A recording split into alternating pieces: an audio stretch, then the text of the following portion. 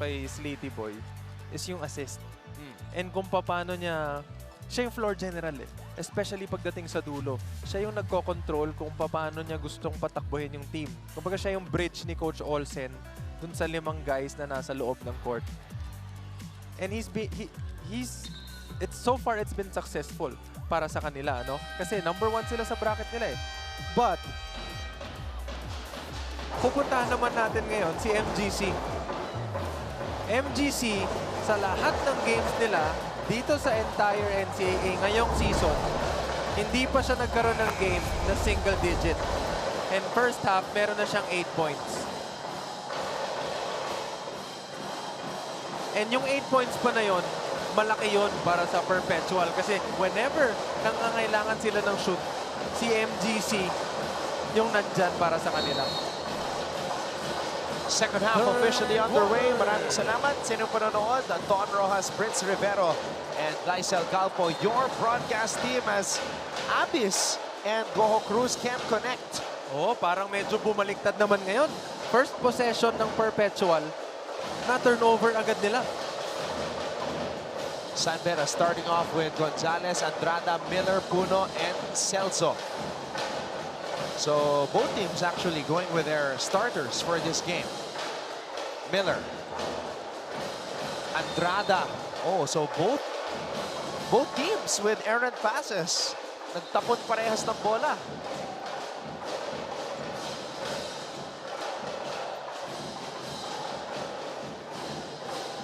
Oh, Miller and Coach Yuri Escueda having an intense argument there. Sleet gets it back from Nunez. Sleet on the drive. Abyss steps back. Abyss fade away for John Abyss as we throw it over to Glycel Calpo. Thanks, Anton. We are defending like lamang na lamang tayo. Defend like we are down. These were the first words of Coach Olsen Racela upon entering the dugout, urging the Altas to have a stronger sense of urgency. He also reminded them that they must expect the Red Lions to make their threes in the second half, but they cannot be dejected, emphasizing that it is just a call for them to tighten up their defense. He remains adamant, reminding them that the deficit is superficial and their defense should stay the same regardless if they are up or down. All from courtside, Anton and Prince. They've gotten to this point because of defense. They are the #1 defensive team in the league. And right now, they're getting stops to start this period. Oh, and pinakita agad ni Sleety Boy, yung kanyang vision sa loob ng court, getting that pass underneath the basket and then dishing out the drop pass. Patrick Sleet, the #4 assist man in the NCAA, averaging 4 assists per game. MGC. Goho Cruz staying patient. Oh! Goho Cruz able to draw a foul, and Nigel can't believe it. Foul on number 12, Nigel Gonzalez, his second. Substitution, Penny Estacio for Johnny Miller.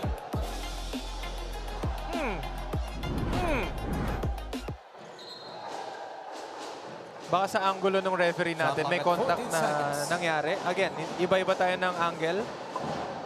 But kaya nga tayo may 3 referee para makita nila yung mga different angles. And they called a foul on that. But right away, there was an offensive foul. Offensive foul on number 21, Jericho Nunez. That's his Nunez third. is in disbelief. Pero nagtalsikan doon yung mga players. Oh, pero imaginein mo kung meron kang screener na ganyan kalapat. Sasabit ka talaga. And malaki yung chance na pag sumabit ka, matatawagan nga naman talaga siya ng offensive foul kahit wala siyang ginagawa. Gonzalez. Estacio. Nigel to Penny. Penny for 3. Celso taps it out. Gonzalez. Andrada. Estacio to Yukian. Yukian overshoots that one. Another rebound para dito kay Big Joe. Andrada for 3. Yukian Andrada drains it. Kanina pa, inaantay ni Yuki yung mga ganong klaseng tira. Andrada, his second made 3. Now this is the matchup I was talking to you about. Sleety Boy versus Jomel Puno. Puno, 6'6". Over-aggressive yung naging depensa nito ni Jomel Puno kay Sleety Boy. Natawagan ng foul. Substitution. Aris Bola for Jericho Nunez. And again, the 19-year-old Aris Borja, first appearance today, 6'7". Hey, Dami Kuntapay is in attendance. Part of that season 99 championship team. Sleet will attack, spin move. Sleet draws a foul. One of the league's most fearsome slashers. Putting foul on number 0, Penny Estacio. That's his first. I mean, if you have a player Team foul that can number go 3. downhill 32, the same way Patrick. Sleety Boy is doing, you're gonna maximize it. I mean, get as much fouls as you can. Boss Anton Tamayo, the Vice President for Sports and Athletics, is on hand.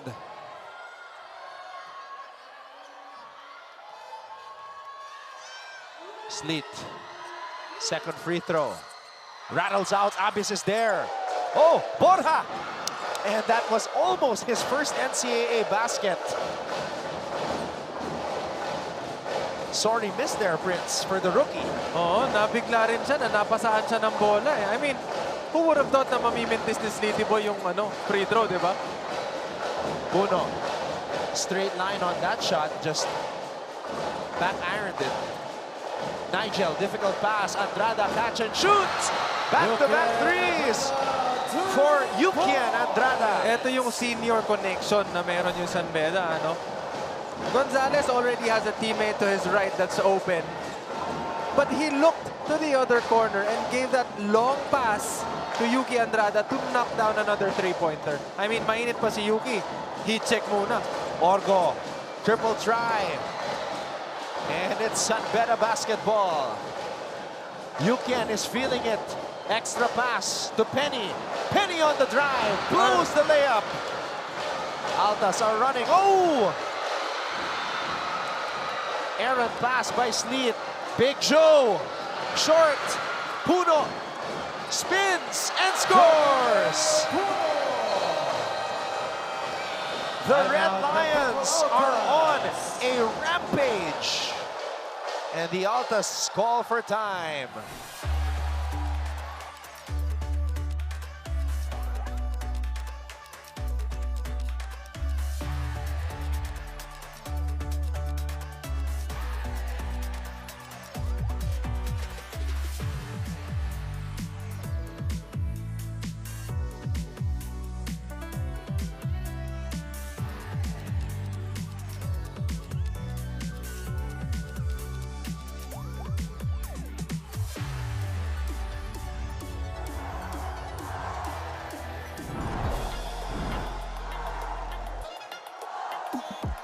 This was that senior connection that you were talking about, Prince. A baseline pass. Baseline to baseline. Gonzalez to Andrada. And then, here's Puno. Yan yung kailangan para dito kay Jomel Puno. Yan yung hinihingi sa kanya ni Coach Yuri. Ever since last season, yan yung isa sa mga bagay na consistent yung pagbanggit ni Coach Yuri whenever we get a chance to interview him. He always say na we wanted Jomel to be more aggressive in attacking and at the same time be more aggressive in getting those rebounds. And so far, that is what he's been doing. So, masasabi natin na kahit papaano, merong growth itong si Jomel. And all of his rebounds are on the offensive end. 4 offensive rebounds. Let's see what Perpetual will execute coming off that timeout. Orgo. Orgo fakes. Drop pass. Borja na naman. Wala pa rin. Abis cleans up the miss. John Abis. Sabi ni Borja siguro, naku, namintis ko na naman. Andyan si Kuya to clean up. So 2 sorry misses for the 19-year-old. But again, you can't feel bad about that, Nakadalawa siyang mintis, pero on the other side, you can see him playing defense talaga. Ooh! Ooh, Patrick Sleet erases that shot by Puno. Substitution. That's gonna come out on our awesome plays. For John Puno. Borja tried to finger roll it. Abis was there. Napasa ni Sleety Boy.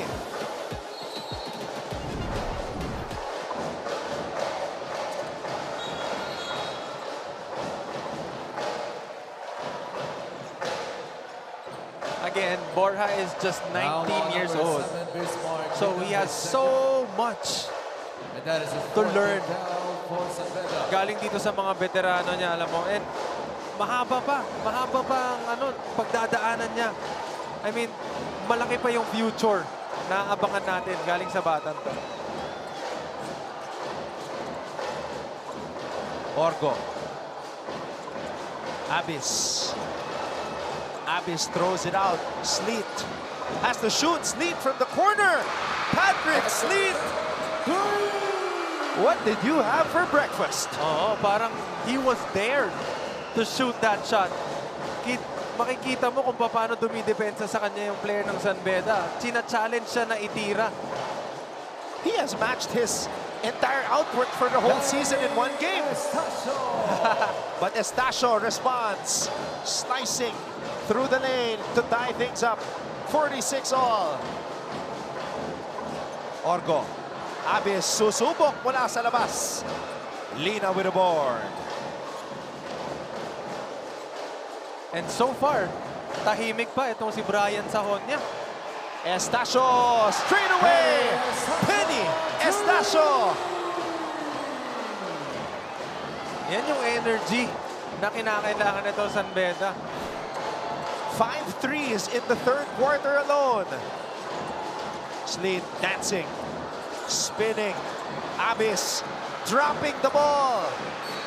What a pressure galing dito kay Brian Sahonia. He might not be contributing on offense. Pero dito sa play na to, ni-lockdown niya si Sleety Boy. Sleety Boy with a jab step, pull up. Altas Angels loving it. Patrick Sleet smiling. And Penny Estacio slicing through the lane. And he's feeling it. He's in a groove. He's in a groove. Moving and grooving. Oh! Casinillo called for a 5-second violation.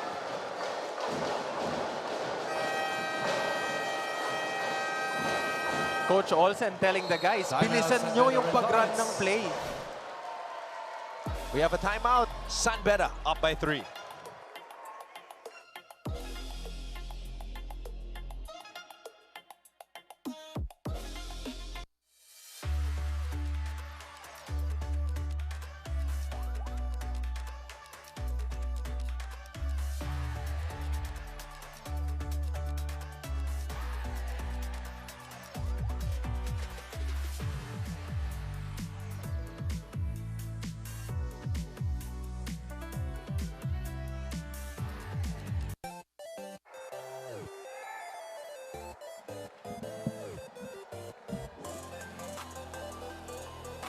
Every time I see the ladies all made up, I ask myself, what day is it today? But you know what? It doesn't matter.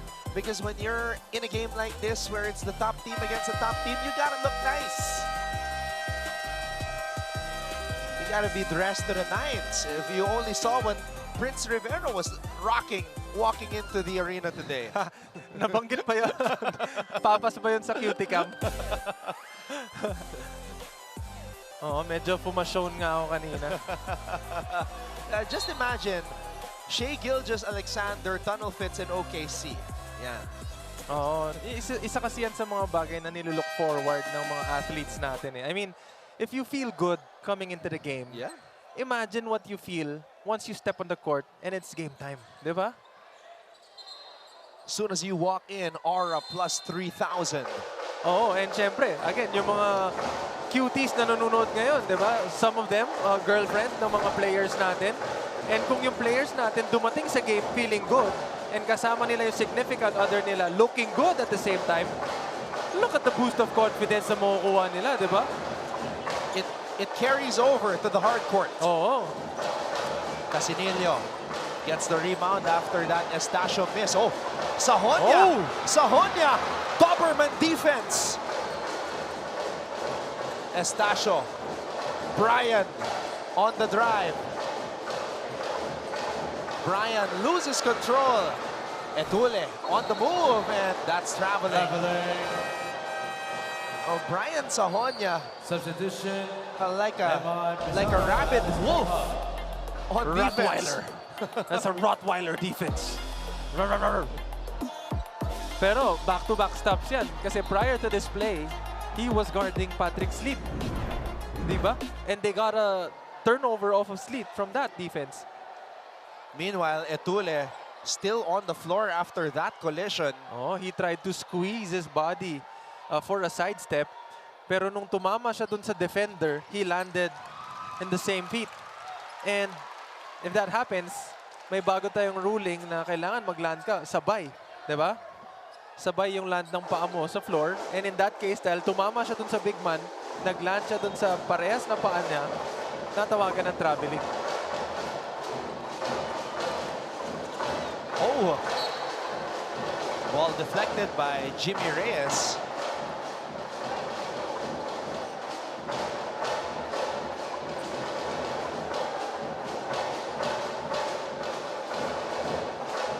Maglupay. Coral. Casinillo. Casinillo. 6 on the shot clock. Allen for 3. Casinillo offensive rebound. And the ball will stay with Perpetual. Natapigan. Clock at 13 seconds.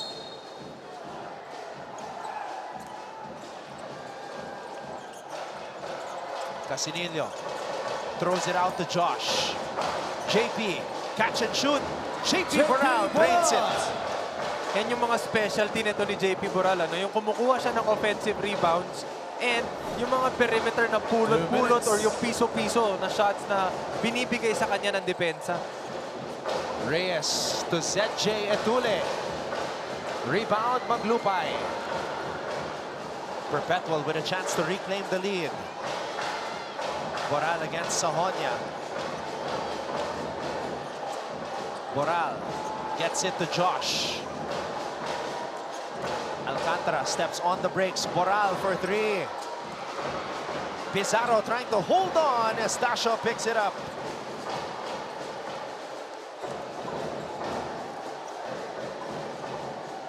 Oh, I think they're setting up Bismarck. And I think that was the perfect play called by itong si Coach Yuri. Ano? Pababa pa lang sila. I saw Coach Yuri signaling itong si Estacio na get the ball to Bismarck. He even told the guy from the corner to get out of there and gave the ball to Brian to hit Bismarck. And then they got a foul. They got rewarded right away. So, linabas muna ni Coach Olsen si Eman. Now, let's see if they will continue going to, or are they switching to a zone, Prince? I think this is a zone, mainly because it's a baseline inbound. So, normally, coaches do call for a zone, but only for just a possession. And they're back to man. Reyes. Oh no, it's a man zone. Yeah, because they don't have either That's a trap. Pizarro or Nunez on the floor to contend with a guy like Bismarck. And it paid off. They got a turnover off of it. So that's the chess match, the in-game adjustments by our brilliant coaches, Coach Olsen Rosella and Coach Yuri Escueta, battle of the cousins. And Coach Yuri Escueta sends back in John T. Miller.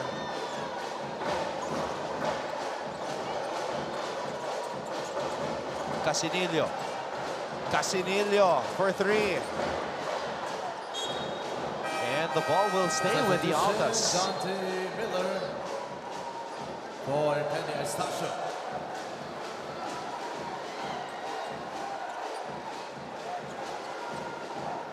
Shot clock at 14 seconds. 46.9 seconds remaining here. Alcantara. Alcantara. Sahonia almost tapping that ball away. Maglupay to Helsano. Alcantara for three. And Miller comes up with a rebound. Miller to Etule. Etule with a finish. What a pass. They, This is something the coaches always tell us, ano? If you see your big guy running down the lane on a transition, you reward them. And in that case, Jonty Miller rewarded Etule for running down with him and getting that transition basket. hey, Jonty Miller said it in the last game, he can dime. Coach Jericho Deniera asked him, what else can you do? Jonty Miller said, I can dime for real. And that's a dime. The numbers may not show it. The numbers may not show it yet. But Yet. Jonty Miller said, I can dime. I mean, he's been effective in the scoring portion. So now he's showing us that he can dime. Right on the money. But that was a nice pass, though. Reyes. Sahonia. Shot was too late. So, at the end of 3 quarters of intense basketball action, the San Beda Red Lions lead the Perpetual Altas 51-48. We'll be back for quarter number 4.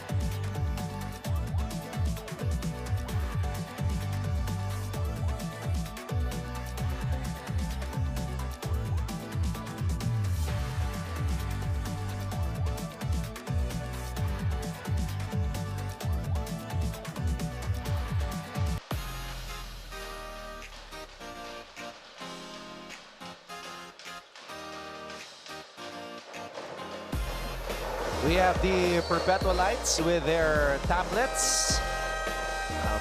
Mga prepared slides. Yan ang support, di ba?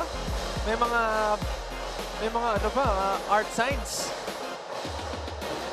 I mean, if yung team nyo parehas number 1 and maglalaban, talaga namang pupunta ka talaga to support. Fourth quarter officially underway. Maraming salamat sa inyong pagtutok. Anton Rojas, Prince Rivero, and Lysel Galvo, your broadcast team, for this battle of the top 2 teams in their respective groups. Sahonia to Miller. Miller for 3. Rattles out.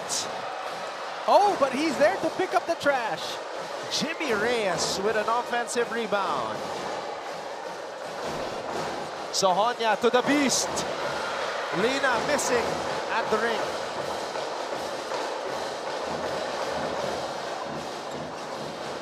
Alcantara. Is it just me? Or it's been a while since we've seen MGC? Yeah, it's been a while. Goho Cruz has only played 19 minutes in this game. Foul on number 21, Andrada, his Pati si Sleety boy. substitutions. Preparing for the final stretch. Oh, and I mean, if you're gonna look at the lineup of nito ni si Coach Olsen, ano, yung 5 guys niya na pandiinan, wala pa sa loob. 14 to shoot. Yep. Siguro yan yung pantatapos niya. I mean, lamang lang ng tatlo yung San Beda, and then the 5 guys that are in are battling it out with the top guys of San Beda. Coral misfires. Nigel, or rather, Brian with the basketball. Sahonia to Puno. Puno open for 3. Chumel Puno. Like a dart. Right on point. Let's throw it over to Gleisel Galpo. assistant coach Andre Santos earlier to describe the Red Lions in one word, and he answered, they are bought in. He says this is what they've been preaching for so long, and at this point he can finally say that they are moving as a unit. This reigns vital, especially in this crucial fourth quarter. And coming into this frame, Coach Yuri Escueta commended the team's good recognition and efforts in rebounding. Still, he reminded them that there is no room to slack off on the defensive end. In the last few minutes, the Red Lions aim to capitalize on good execution to get those stops and rebounds. All for now, Anton and Chris.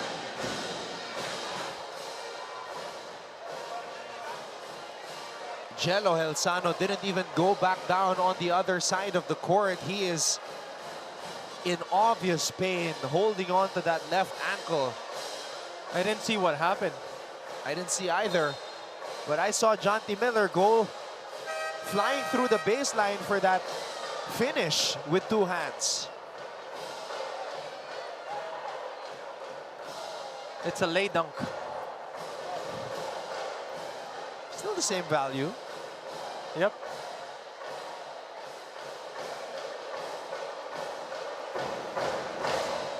Based on how this player is treating it, I think it's a sprain. So now, it's a 6-point lead for San Beda. Coach Olsen Rosella still opting to have Goho Cruz and Sleet on the bench. Yun, naapakan yung pa ni Brian. Checking in for the Red Lions. Patrick Sleet for Allen Maglupay. Ayan, pinasok na si Patrick. Patrick Sleet matching his best performance in terms of points for Perpetual with 16. He leads all scorers in this game. And he gets the ball here. Orgo. Alcantara. And a foul away from the ball. Foul on number 1, John Melbuno, his third. You know, I like watching these types of games. Ano? Kanina, sobrang intense no naging labanan. And you can really see how involved the fans are.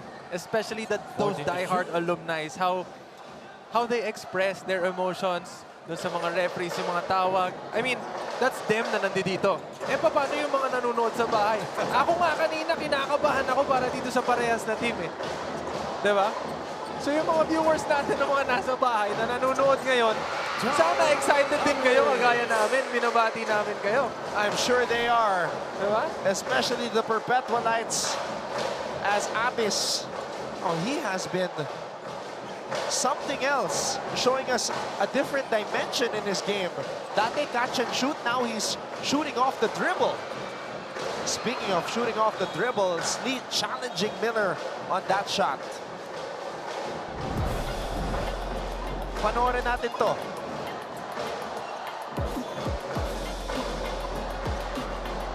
You know, those kinds of moves, yung one dribble and then the quick pull-up, no, that's hard to do.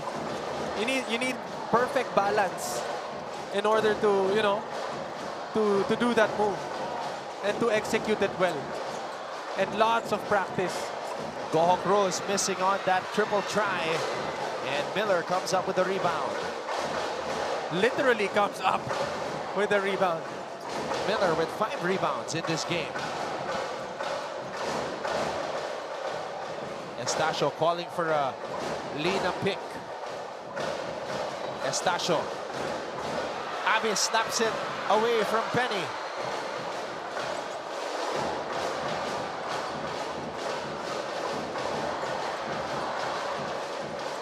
Sleet to Sean. Orgo. Orgo defended by Puno. Oh, Nunez missing. Abyss missing at the rim. Nunez nagpasahan yung mga higante sa loob. Wow! And when it's two bigs passing in the paint, you have to do that fast. Oh naman. I mean, imagine the space that they had kanina. Diba? Tapos kung gaano sila kalalaki. Traveling. Masakit yun. Substitution. They threw away that possession, but look at this. Hindi pa natatapos dito ha. Dalawang mintes. Quick shovel pass. Quick short stab. Yung space na meron sila doon para doon sa mabilis na pasa na yon. Pero lumusot pa rin. That's the chemistry that Nunez and Abis have built through the years. Orgo on the pull-up. Sean Orgo! Cold-blooded midi.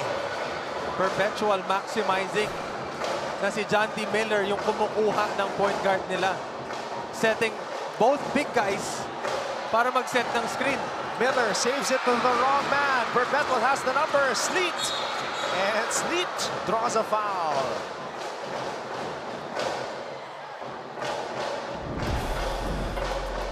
Foul on number 0. Look at this play. You got John T. Miller guarding the point guard and then both your big guys setting screens for John T. Miller. That's going to be tough for him to defend. Shooting 2, Patrick Sleet. Patrick Sleet with a chance for a new career high. His career high as a Perpetual Altas player is 16. And it's a new career high for Mr. Sleet.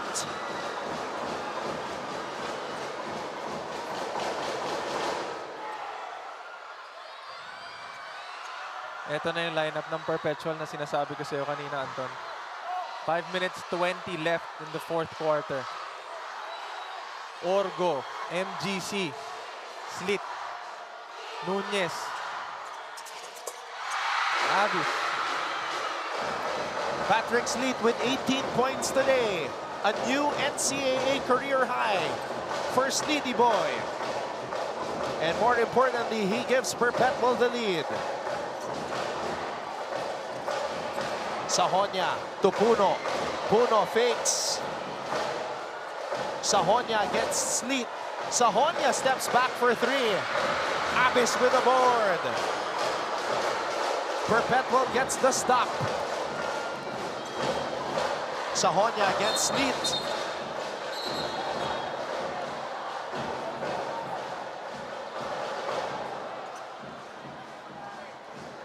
Foul on number 9. Ryan Sahonia, his third. And that is a 14th foul for Beda. Sleet is 16 seconds. ahead of his years. Has a lot of tricks up his sleeve, drawing that foul. I mean, if you're playing against a San Beda team, you gotta do whatever it takes. Sleet from the corner. That would have been huge. If you got tricks, take them all out. Use him. Nigel. Miller is on the bench right now.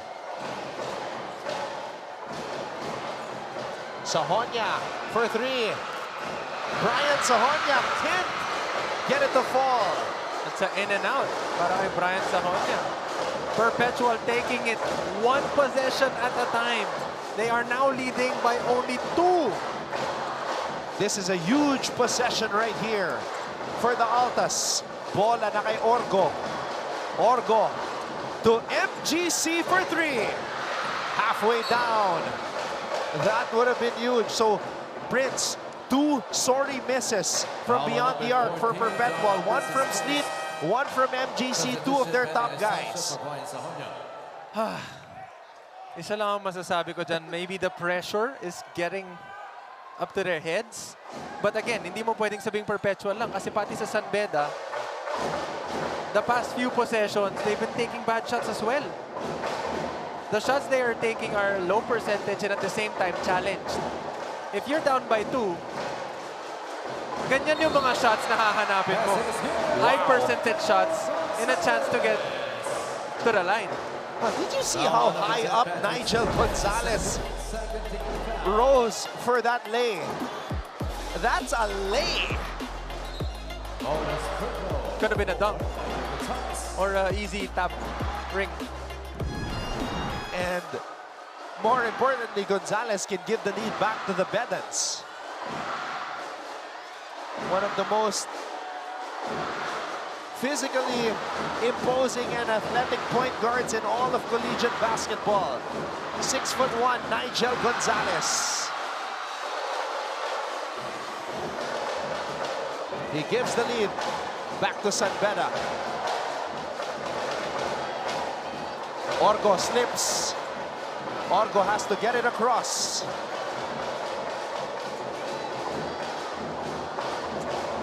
Orgo to Patrick. Patrick to Goho Cruz, and Goho Cruz will head to the line for 2.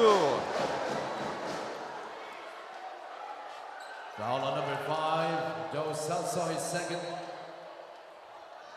Mark Goho Cruz Shooting 2, Mark Goho has not Cruz. scored here in the second half.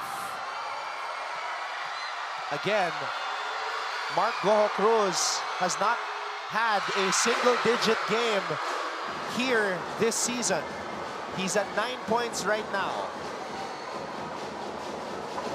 His season low was a 10-point outing in a loss. Their only loss against Letran. Yan yung impact na meron ng isang MGC. Ano? Kapag hindi niya nakukuha yung shots na gusto niya, yung mga tira na kinakailangan nila, nahihirapan sila. So, he remains a double-digit scorer in all games this season. Mark Goho Cruz. Lead is back with Perpetual. Gonzalez. Oh, misses at the rim. That was a good take. That was a good take, good drive to the basket. But it was a last-second miss.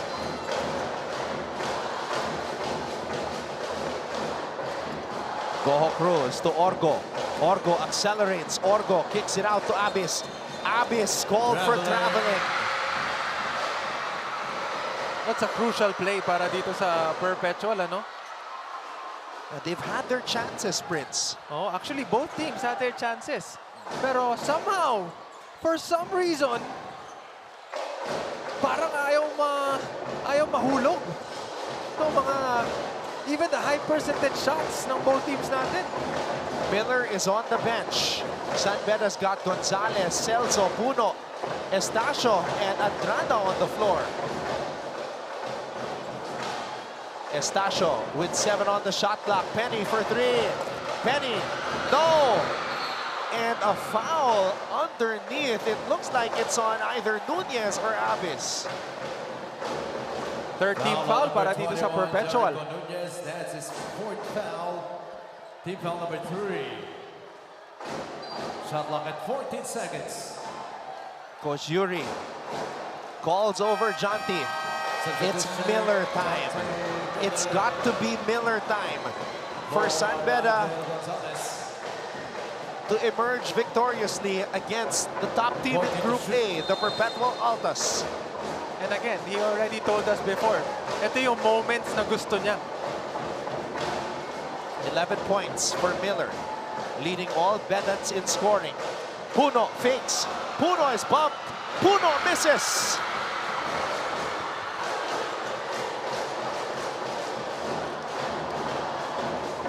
What a stop there by the Altas. A lot of contact. Oo, and parang gumalaw yung ring. Hindi ko alam kung sino yung nakatama, pero... Goho Cruz to Abis. Nice look. Oh! Ayun lang. Nunez was not ready, but he recovered. Goho Cruz for 3. Bang! MGC with a triple. Mark Goho Cruz with a long ball. Ang tagal niyang tumahimik. Inipon lang pala. It's a 4-point lead for Perpetual.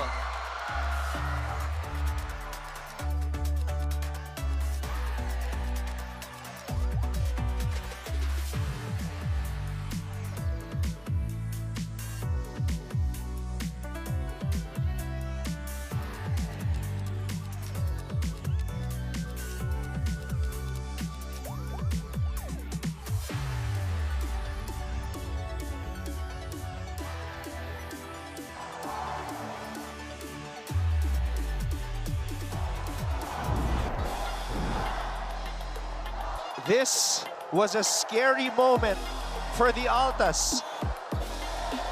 But Jericho Nunez recovered just in time to find a wide open Mark Goho Cruz for the triple. That could be the game's dagger.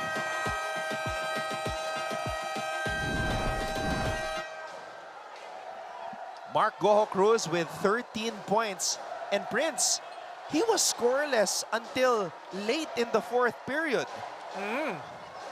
He had eight in the first half, and then he got to the line, made the 2 free throws before that triple. And we were talking about it earlier, no, na medyo mahaba yung naging pahinga nga nito ni MGC. Maybe, ito yung dahilan. Coach Olsen is saving MGC and Sleet in times like this. Last 5 minutes kanina nung pinasok si Sleety Boy at saka si MGC. And yung impact na meron sila dun sa Perpetual, hindi mo naman talaga matatawaran. Like this shot na tinira lang ni MGC prior to the timeout. Well, let's see what San Beda will do here. Estacio gives it to Miller. Miller against Goho Cruz. Miller on the drive. Miller finishes with the left hand. Is it Miller time? It's got to be. If San Beda is going to come out of this with a win. Miller's got 13 points. Sleet, aatake. Binigay kay Abis. Goho Cruz. They need to get a stop if they want to win this game. Or at least get a tie. 5 on the shot clock. Goho Cruz over Andrada. No! And Estacio comes up with a rebound. San Beda down by 2. Bola na kay Estacio. Sleet is defending Miller. Puno being given space by Goho Cruz. Oh, Celso surprisingly receives that pass. Andrada. Puno on the drive. Puno with a lay. Short. Orgo has it. Orgo has the ball. Foul on number 0, Penny Estacio, penalties. In that instance, Andon, hindi nakahawak si Miller. He was over there in the corner. Patrick Sleet was defending him. Taking away Sleety Boy, so it's a 4-on-4 situation. They had a chance. Shooting 2, shot. Shot clock was winding down. Pero si Jomel Puno tried to get inside to get a layup, but he missed. And Orgo got the rebound. And a foul.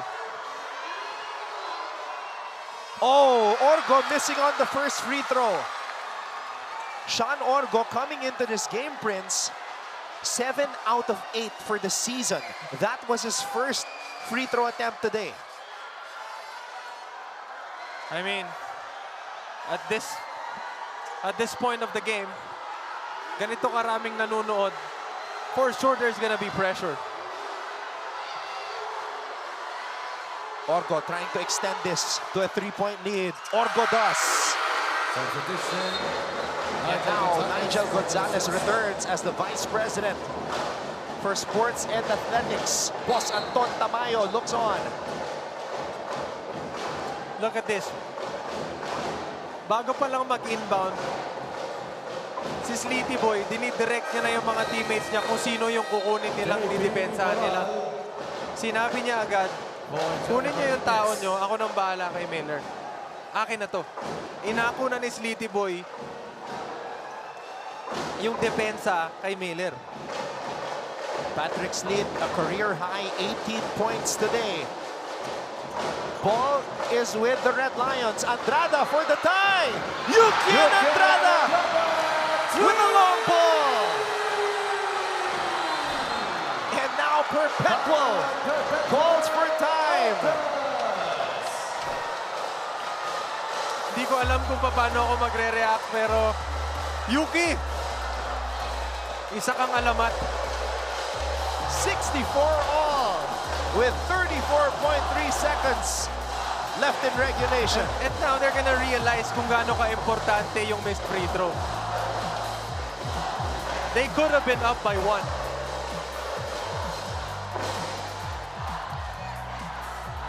Ito yung mga klase ng games na masasabi mo na yung pinunta mo dito sa arena na to is sulit na sulit na sulit. All right, we'll take a quick break. Or rather, we'll take a quick break, and then when we come back, it will be Perpetual Basketball.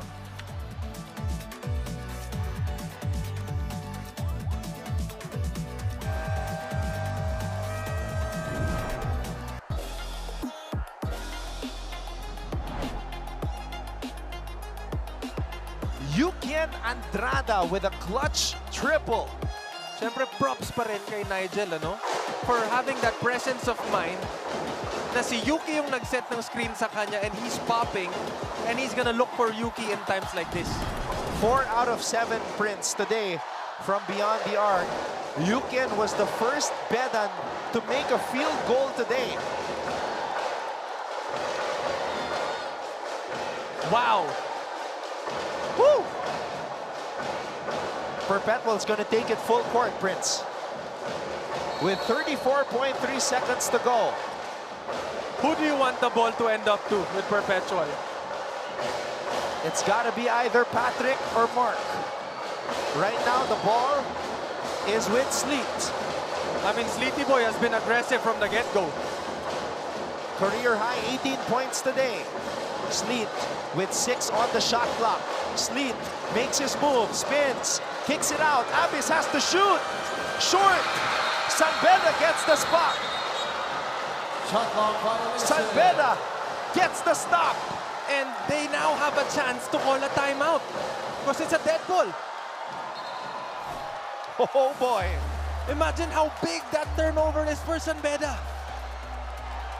We'll take a break, and when we return, Beda will have a chance to win it. There is a review.